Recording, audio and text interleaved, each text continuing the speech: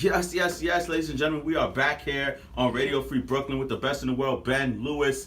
We are live here on Ben Talks. We got Addie, my sidekick, and of course, more of a main character. Well, let's not do that. My name is on the show. The protagonist. Well, let's not do that. Come on now.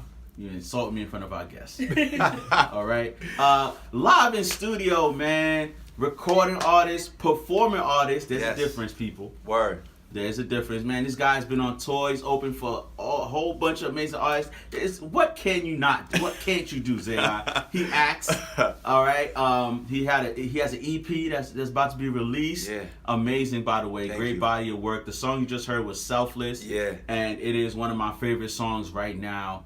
How does it feel, man? Like, I was following you on Instagram. You talked about the relief that you finally had. The project is done. Yeah. Man, how does it feel that it's out right now? Man, it's just being able to get to a point where you just wrap up a body of work. The thing is, as an artist, what happens is you continually create. And so it's hard sometimes when you're creating new things, but you have a body of work that you want to kind of bring to completion. So you make new tracks. You're like, oh, maybe let me throw this on. And what that does is it creates this never-ending process because you're constantly growing. If you're doing it right, you're constantly growing as a person, as an artist.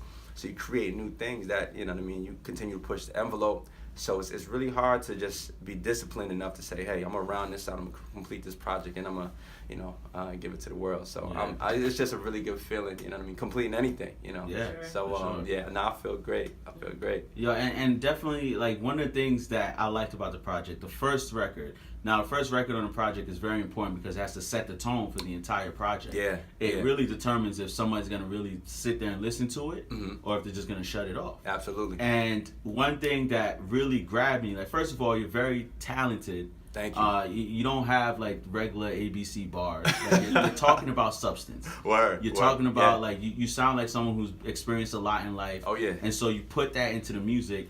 But one of the things that really took me was the Tupac sample. Word. When Tupac was having an interview and he's talking about, like, the state of the world and not being too greedy. Was Tupac, like, a major influence for you musically?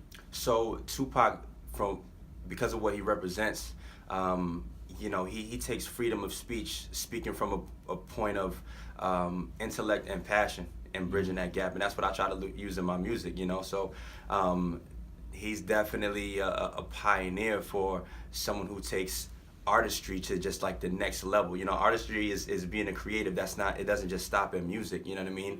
What happens is you start to have a platform, and when you grow as a person, as an artist, it's important. People want to hear what you have to say about certain points. And so Tupac just he knew what he was trying to say, and he took a stance, you know, and sometimes that's hard for an artist to do. You know, it's easy for you as an artist, as a person, to take a stance and just ride the wave. Yep. So him as an originator, he was definitely an inspiration. So that interlude, the name of that track is called White Christmas. So that's big shouts to my brother and my co-producer, Aaron. He cooked that up a couple years ago. He actually didn't bang with the beat.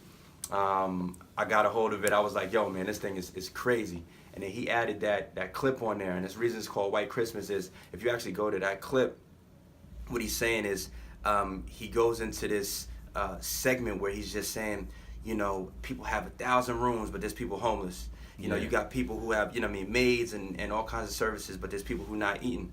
And then he said at the end of it, he says, everyone's having a good time and they're having a white Christmas. But in the midst of a white Christmas and how beautiful that is, there's people out there starving. You know what I mean? It's just like such a shock. And Aaron he placed that at the end of that track, which was just such a statement, and just flowed right into the second half of that track, which is with Cola Ray. You know it's real. Yeah. Definitely, man. Yeah. Was there any point in time while you were making this that you were just like, man, I'm not putting this out, man. There's too much going on. Bro, man, this project it's taking dips, it's taking twists, turns, man. I put out one version, I had a whole listening session. When I say, I think we basically, Selfless, we like completely scrapped it at one point. Basically all the tracks, we scrapped it at one point and just and continue to rebuild. And but we knew we were coming for an end goal. You know what I mean? So we just stuck the course. But yeah, numerous times, bro. Me and Aaron, we had arguments over the layering and the arrangement of the track. Yo, man, I don't want the quote to go over here. It should go in the beginning and this and this. I'm like, yo, bro, it sound good. Yeah. It sound good. You know, so, you know, a lot of back and forth, a lot of changes.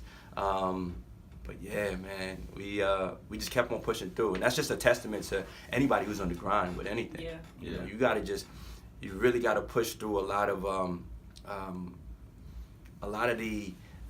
the things that don't really matter to the end goal. Yeah. What do you do to get there? Because I've been reading up a lot of self-help. I'm on my Deepak Chopra, you know, Tupac Deepak. I'm just trying to get my mind what right. What language you speaking of? Deepak Chopra. Oh my, you don't read or what? whatever. Like, but I've been really just trying to get my self-help on, just to get my mind right. Because a lot of people don't realize a lot of the demons and a lot of the things that hold you back are things that are not even your words. Yeah. And I remember like writing down all of the things that were blocking me before, and like even the language of what I wrote down had nothing to do with me. I never said those things. Yeah. So what is your like process for like moving past those, like that self-doubt? For sure. So one of the things major, you know, you have to have faith. You know what I mean? You gotta have first of all faith in yourself. You know what I mean? Even and I'm on a journey. I'm on a walk with God. You know, myself. I got baptized 2 years ago, so that completely changed the trajectory of my life. But you know, faith. You know, a lot of times people, you can't. Just as a side note, you can sit and just pray and say, God, just provide all these things for me. But you know, it's in Scripture. I can do all things through Christ who strengthens me. Right. So you have to first believe in yourself. The first part is I can. That's faith in yourself. You know what I mean? If you don't believe you can do it, but you're praying for something, how can God even bless you with something so big that you don't believe that you can handle? You know what I mean? The whole the understanding is that, you know, He comes alongside of you and is able to push you towards the next levels and the blessings that He has for you. So how do you push through that? What I would say is you have to remember your lowest points and never forget your lowest points. And remember that you ain't die, right? Your lowest point ever, like you didn't die. Whatever you thought was going so terrible or didn't work out, like you made it though. And you're here to talk about it. So having faith in yourself and that push to just continue to move forward and just understand that life goes in seasons, you know, and it's all about perspective, how you perceive a certain situation. You know, as humans, we're meaning-making entities. Someone bumps you on the subway. First thing you want to do is, why did that happen? You start to process. Why did that happen? Yo, what's going on? Someone comes up that a stranger. Hey, how's it going? Yo, wait. Let me what's going on? You know what I mean? Let me process it. And depending on how you process that can either send you down a path, left or right. You know, so the better you can control because you can't control everything. You know, running late on the train, you run late for work. Train stops, they don't give an announcement. You can start blacking on spot. Yeah. And that's going to do nothing for you. It happened to me the other day. Yeah. Your life. Yeah, right. It's going to do Man, nothing. I love hearing you talk about like your faith and everything. And one thing, Tuesday night, I got the chance to be at the EP release party. Word. And one thing that really like I was taken aback is that before all the performances, man, you went out there and you prayed. Word. Yeah. And I've been to I've been to a bunch of EP parties and album release parties and everything like that. Yeah. No one has ever done that. And that really like took me by surprise. I was like, wow, this dude is really like grounded in his faith. Like, how much has your faith like helped you on your musical journey? Oh man, so in all honesty, you know, what happens is in any transformation, you know, when you embark on a journey, any type of journey, you know what I mean, it's going to change your life. You know, regardless of what it is. You get a new job, you're embarking on a new journey, you know what I mean? And so this was a faith journey that I embarked on, and it's come with challenges, you know, but it's come with so many blessings, you know what I mean, alongside of it, you know what I mean? You know, you're going to go through pressures, again, about perception, right? You're going to go through, in order for you to get to the next level, you know what I mean? And that's what, when you have an understanding of what your source is and who's beside you, the creator beside you, right? You start to understand that really, when you pray for certain things, say, yo, God, I want to be a millionaire. all right, well, in order to be a millionaire, you're going to have to learn a couple things. We don't want to endure sometimes the things that we have to endure in order to get us to the next level. And that's the scary part, right? We want these things, but we don't want to have to change in order to get them. You know what I mean? So you're going to go through pressure. So, you know, you start praying for things, just be ready for you know what I'm saying, you to go through some pressures, because through that pressure, that's the only way you could get a diamond, right? Yeah. You know, absolutely. so you're going to refine yourself through that process. You want to be a CEO someday. So yeah, you're gonna have a couple jobs, a couple issues at, you know, at workplaces where you're maybe in cahoots with a coworker or something like that. You're gonna have to learn how to deal with that. You're gonna have to learn how to do books and records. You're gonna have to acquire these skills, because what you pray for, though, you want to be a CEO someday, right? So endure those pressures. So that's definitely but having faith and being able to connect back to source and understand that, hey, you know what, these obstacles and these trials that I'm going through right now, they're because, you know, God has a huge plan for me, you know. And again, perception, you know, once you understanding that is something that was just so big. And that's me personally, that's what's helped me to get through my lowest points, you know. So yo, man. Oh, you was gonna say something? Yeah, I got a question, because I was just stalking your Instagram, and I saw that you recently paid off all your student loans. Yo. Which, you know, I know for anybody, because I'm also an artist, and so just like, you know, but like budgeting and like financing your own projects as an independent artist, now that we're able to do that, it can cost a lot from videos, recording time, and all of that. So what advice do you have for people who are in the music industry or in the game and have like debt or student loans? Like what is your advice there? Yeah, so my advice is, the first thing you need to understand is, number one, take yourself very seriously. And what I mean by that is, you gotta look at your business. And in any business, for a business to get off of the ground, you need seed money, right? So you gotta look at whatever you're trying to do. You need seed money, and you need a plan, an end goal, right? What are you trying to do? Oh, I'm just trying to make music. All right, so if that's what you can make. You don't need no microphone for that. You don't need nothing. What are you trying to do? You know what I mean? I want to be this type of artist that I want to be able to generate X amount of income off of my artistry. Okay, put numbers to that. You know, put an end goal to that. What does this actually mean? So then when it comes to all of that, once you have your goals and your plan set, then when it comes to, of course, we all come to the table with certain debts, let's say student loan debt. So, but you have now a projected plan, right? What is it going to cost me in order to move forward towards this artistic goal that I have? Oh, it's going to cost me, I'm going to need X amount of dollars for studio time, I'm going to need X amount of this. Your life begins to round itself out once you set that goal. Because then it's like, okay, well, all right, let me do the math. If it's going to cost me over the course of a month, I know it's going to cost me 2 racks of studio time. Well, I could build an in-home studio for $800, and then I won't have to pay for studio time ever again. Or, you know, different things like that, you know. And along the way, the quicker, obviously, I just don't like owing people stuff. So, of course, you cannot pay everything off at one shot. So again, it's about perspective. I've hit dips, had to go into forbearance a couple of times for the loans. I've hit those moments where random numbers calling my phone. You know, but you stay the course, because if you have that goal, you stick to that goal, you stick to that end goal. You gotta put your loan on hold for a second, you know, to get your funds up. But things begin to round itself out once you put forth a plan. It's very hard it's difficult to hit a moving target. So that's my advice, definitely, for anybody who's a creative, definitely, but who also has, you know, bills. And once, you know, you're creative, you know, a lot of people who I know who are creatives, they want to, you know, just get their own place to live, you know. I put it on paper. Like, you don't know what you're working towards until you put it down. Okay, which one, a 2-bedroom, 3-bedroom? You down for roommates? Like, what's feasible for you? You're just shooting a moving target until you map it out. Man, that's dope, man. You got to pay off your loans. Yeah. Well, while we're on the topic, that chair wasn't here until today. I actually bought that chair on my way over here. Oh, wow. So there's a collection plate in the front desk if you want to. Nah, man. The boy just paid off his that mean you got some extra money to spend. Extra. Got a little extra seasoning, you know what I'm saying? Exactly. No, man, but I want to go back to Selfless, the project.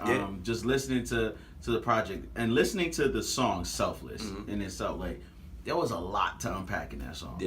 It sounded like of all the songs on the project, you was like pouring your heart out. I thought you was crying at some point. Man, right? Word, yeah. Man, there was a lot going on, and then whoever B Morgan is, shout out to him. Word. You was singing your ass off. Yeah. Goddamn B Morgan. That's the bro, yeah. So, what was your state of mind making that? Not just the project Selfless, but the record Selfless. What was the state of mind making that? Definitely. So every track on Selfless. So it's just a little background on how Selfless came to be. So Scott, big shot Scott Morris, my whole More Value team, who is just amazing. Also B Morgan, who's singing on the track Selfless. So Scott said, "Hey man, listen, you've been performing for a while. We need content. People want to listen to a body of work." So he was like, "Yo, I need a mixtape or some random tracks." But just the way my creative mind thinks, it thinks in terms of packages, in terms of projects. That's just the way it thinks. So the first track we actually got done was Saturday Morning. Yeah. So my co-producer Aaron and another brother, co-producer of mine, LC, who's a dope artist and creator too. We got together. We kicked up Saturday Morning. After we made that, I was like, just because of Saturday Morning, it represents, it captures a time in a relationship that I was in. That was just, there was so much love exchanged and soul ties and everything like that. But when you have mindsets as individuals that are so differing that they cannot relate, and what's the key word in relationships? Relate. When you have difficulty relating, you're going to have difficulty in any relationship, whether it's intimate, friendships, anything. When someone cannot see your perspective through your eyes, where you're trying to get, and that's, again, so much love, so many soul ties in there, but just in that time frame, just a difficulty to relate. So Selfless follows, the initial order started with Saturday Morning, ended with Amen. So it follows me on Saturday Morning, actually after my website release event, which my girl at the time, who a lot of this was based around, follows that moment all the way through to me ended up at church on Sunday morning. Yeah. So everything is based off of true events. Selfless was actually a situation the team had gone out to LA, and I had got caught up just back here working, and I ended up trying to grab a taxi or Uber to make it to the airport last minute. I ended up missing the flight by seconds, man. And that just broke me, bro. It just broke me. I went back home and I wanted to just break down. It was just like, what is this all for? You try to do things the right way and pay your bills, pay your taxes, help people, you know what I mean? And then something like this happens, it can knock you back, and I was struggling with emotions that I was going through in my relationship, and then I just missed this flight. So it's just a mix between everything, I mean, culminates on that record, as well as a lot of the other ones. So, but that, man, you're hearing true things and everything. Yeah, for sure, man. Yeah. Like the vocals on every track, like the singers, like it's like you really took it. It just sounds like you took your time and selected people who had really real talent. Oh yeah. Like there's every note on that EP is on point. Thank you, brother. I really enjoy listening to it. Thank you. And I wanted to go into support a little bit. You had your church folk at the party on Tuesday. Heavy Trinity Church Harlem fam in there. Yeah, they was in there. Heavy. I'm not gonna say who I saw by the bar. But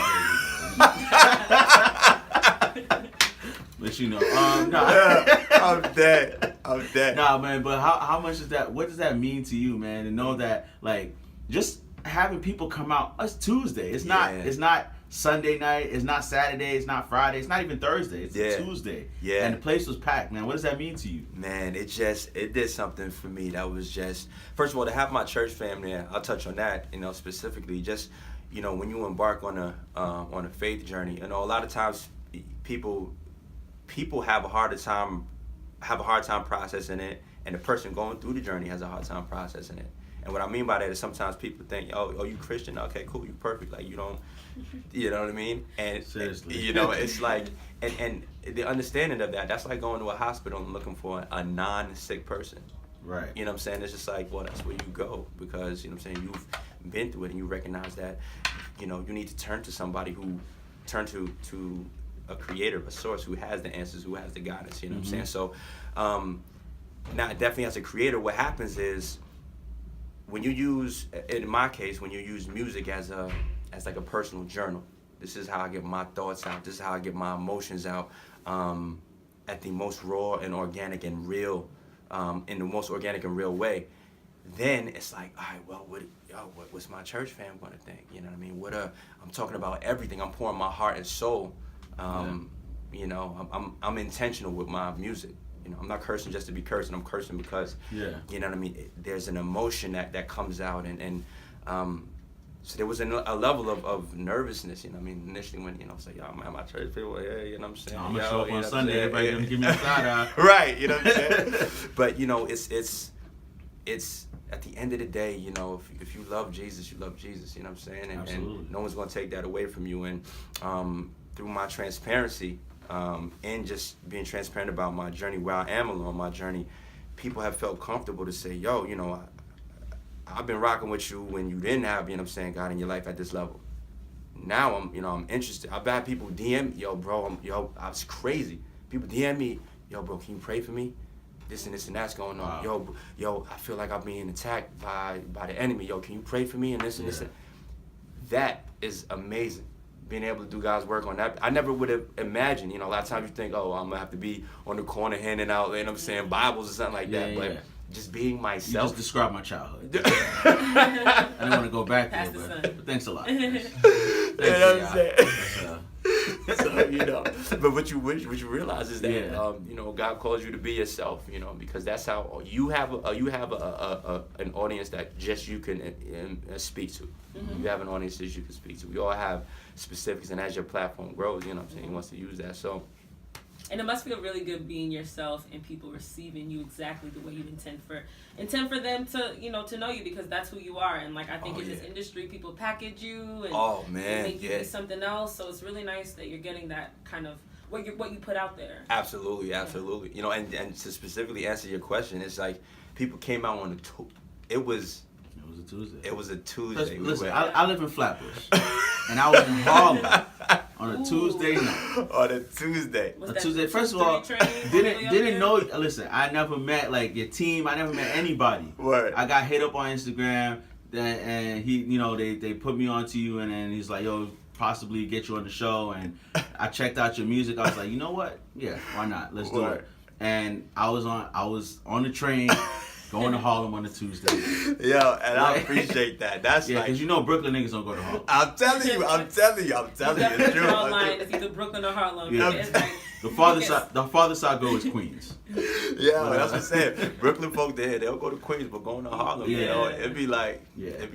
But I appreciate that, honestly. You know, I definitely appreciate you coming through and being part. You know what I mean? It was just so many people came together. A lot of us with Dean's List Tour, alumni. Dean's List Tour was an in-state, out-of-state college tour. Scott facilitated that, and you know, he was the leader behind that, and there were just so many people who just came through from who I've met through different parts of the journey, and that was just Mom Deuce came through. You know what I'm saying? That was dope, man. That was just crazy, you know. And that's the big thing. Me, I've always had like all the support from my family, so like my immediate family, which has been also, you know, a huge help. So. Yeah, man, I really want to like say this. It's almost our time to go. Yeah. But yo, there's not too many like artists that I hear their music and I'm like, yo, like this person could really be like a star. Ironically enough, all the ones that I think that about from Harlem.